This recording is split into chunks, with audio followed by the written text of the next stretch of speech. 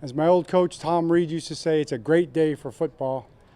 Every day is a great day for football. And today was a great day for football. Our guys were into it. They were energetic, enthusiastic. They were on point for the vast most part, especially second OTA day. So as a coach, you feel good about that.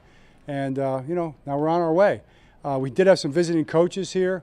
The entire coaching staff from Morgan State was here, and the entire coaching staff from Bowie State was here. So it's great having those guys. They came early in the morning, and they've been shadowing our coaches, all the position meetings, rookie meetings, special teams meetings. They've been involved in everything today. So great opportunity to get to know those guys. Great opportunity just to kind of give back from a football perspective. And I know, coaches, we like talking ball, so it's good having those guys here. Okay, what questions you guys have? Hey, John, I know that these are all voluntary, but what's the significance? How important is it to have Lamar here for these workouts? Yeah, well, I'm happy with the numbers. We've got a lot of guys here, Jamison. The numbers are really high. That's exciting. The energy is really good. I always, I think it's important. I'm a coach. I want everybody here. And I want every player here all the time, doing everything they can. Now, is that necessarily the best thing? I don't know. Everybody's got their own circumstance, and that's okay.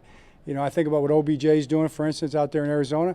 I don't have any problem with that. Or what Mark's doing out there. No, they'll be in here soon, enough whenever they're ready and when they need it. And they talk to me and tell me what they're doing.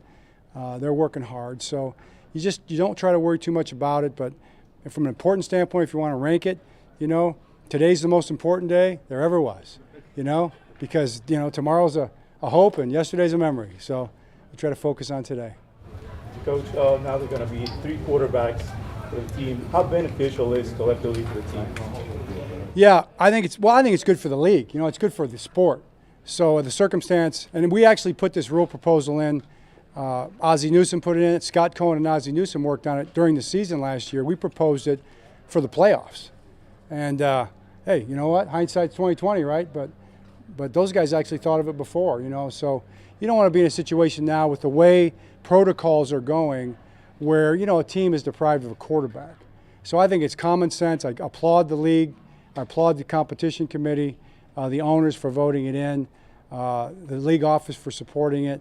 Applaud them because I think it's a good move, and, we'll just have to figure out our roster going forward with that rule in mind. So what fair catches on kickoffs coming out to the 25? Yeah, the fair catch rule. We had a chance to weigh in on that with all the special teams coaches. We had a long talk and discussion about that. We weren't for it. We voted against it. We think it's going to create more, high-speed head trauma than not having it in there. That's our position on it. And but we'll see. They want to give it a shot and take a look at it, and we'll give it a shot and take a look at it. So it's in, and because it's in, we support it. But we thought there were better ideas. John, you guys added Josh Johnson. What was kind of some of the reasoning behind that?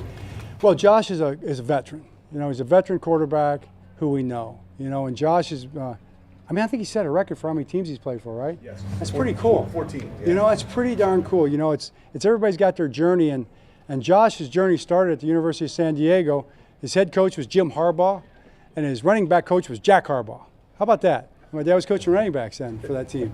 And Josh came out there, a young guy, and he had his hat.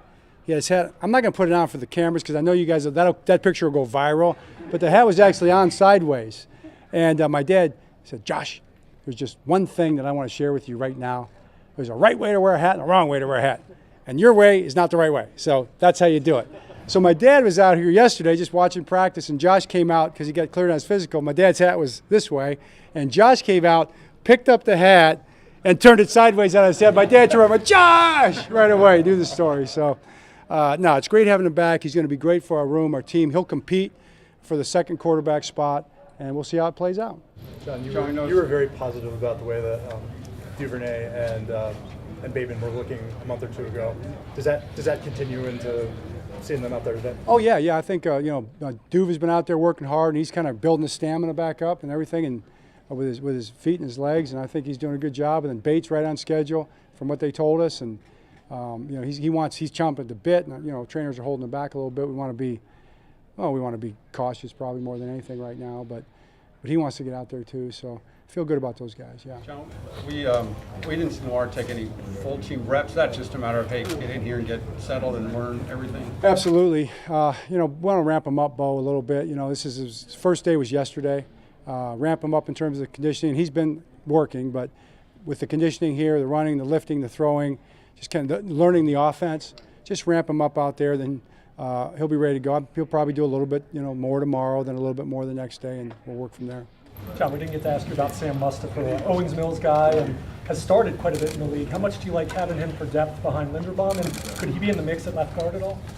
I think Sam, I'm going to say right now, not that he couldn't be in the mix, but I think we kind of see him as a center primarily. So we see him as a potential backup center, and you couldn't have a better backup center than a guy who started 37 games in National Football League, a local guy, loves the Ravens. You like that. He wants to be here. It's meaningful, and he really does know what he's doing out there. So it's a big plus for us. Speaking of left guard, what have been your impressions of John Simpson so far? John's been good. Yeah, John's been good. He's another guy. He's played a lot of football, talented, moves his feet. I was just talking to him out there. He's really moving his feet well, working on his balance and his platform a little bit, and I think getting better every day at that. And big, strong guy, good athlete. Excited about him. How did for Lamar?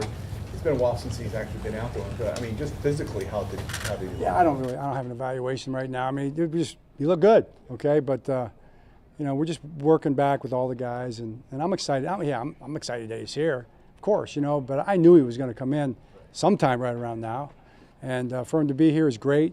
He was into the meetings. He was locked in. The last 2 days been completely locked in, and he's getting back with the guys and everything. So it's a good thing. As you've seen Todd's offense coming to form just the early few days, what are your impressions and what do you like the most so far?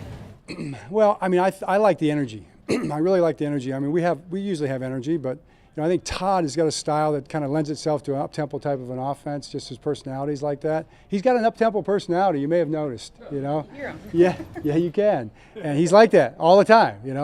And I think our guys appreciate it. But there's a lot of little things we got to work out. There's so many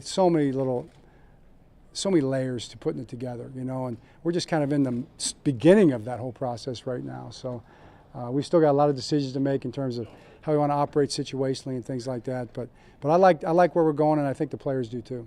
We'll do two more guys. John, injury-wise, anything that's maybe a reason since the last time we talked to you that might keep guys out of OTAs or anything like that? Not off the top of my head. I mean, we had a situation. We did have Michael Thomas. Michael Thomas has separated his shoulder.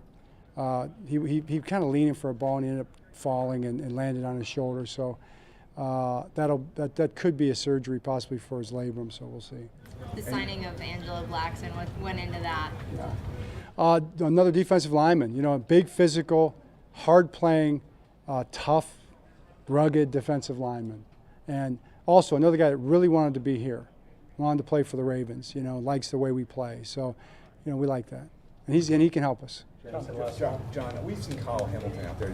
Is there any reason why he was? Yeah, he just kind of tightened up. He's coming back from Notre Dame, and he was at Notre Dame doing those tough workouts there, and came here and just tightened up a little bit. But he's going to love me for saying that. But I got good reports from Notre Dame. I had a spy at Notre Dame, keeping an eye on his training program. You know what I'm talking about, Bo. Yeah. So, but he'll be fine. He'll be fine. All right, thanks, Coach. Thanks, guys.